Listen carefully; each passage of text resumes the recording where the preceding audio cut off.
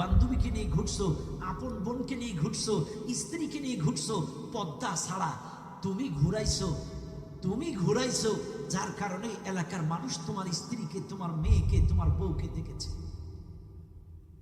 ওয়ালা ইউবদিনা যিনাতাহুন্না, শরীরের সুন্দর অংশগুলো দেখানো হারাম।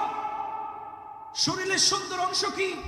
একটা প্রাপ্তবয়স্ক মেয়ে 7 বছরের আসিয়া পর্যন্ত সার পায়নি, চাইলে বোঝা যায় 7 বছরের আগের থেকেও এদেরকে পর্দা শেখাতে হবে। 7 বছরের আসিয়া যদি সার না পায়, চাইলে আরো আগের থেকে এদেরকে সেট করতে হবে, পর্দা করাতে হবে।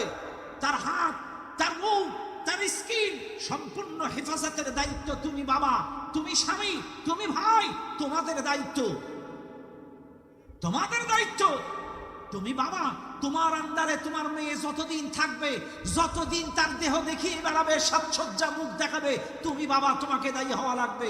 এবং বাবার আন্ডার থেকে যখন ট্রান্সফার হয়ে স্বামীর আন্ডারে যাবে, যতদিন স্বামীর আন্ডারে পরপুরুষ তোমার স্ত্রীকে দেখবে, মৃত্যুর আগ পর্যন্ত দায়ভার তুমি স্বামী, তোমাকে নেওয়া লাগবে। তাহলে কি বুঝলাম? আমি হাজি অথচ আমার বৌমা পাজি।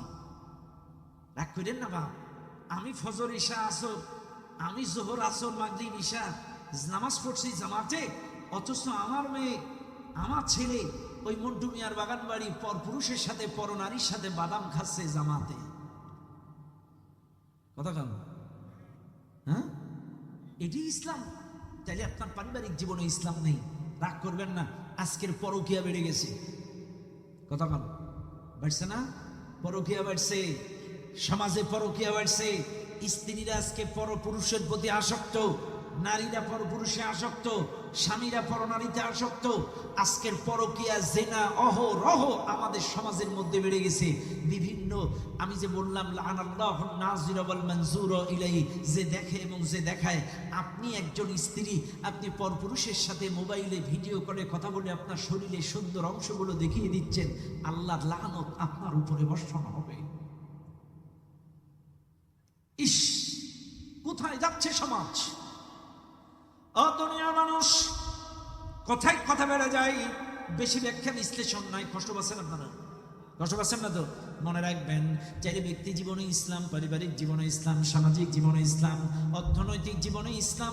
আজকে অর্থনৈতিক জীবনে যদি ইসলাম দেখেন, আমাদের বাংলাদেশে অর্থনৈতিক জীবনে ইসলাম আছে নাকি? কথা কন। থানায় গেলে ঘুষ লাগে কি লাগে না? ডিসি অফিসে লাগে কি লাগে না? ভূমি অফিসে লাগে কি লাগে না? জেলা পরিষদে লাগে কি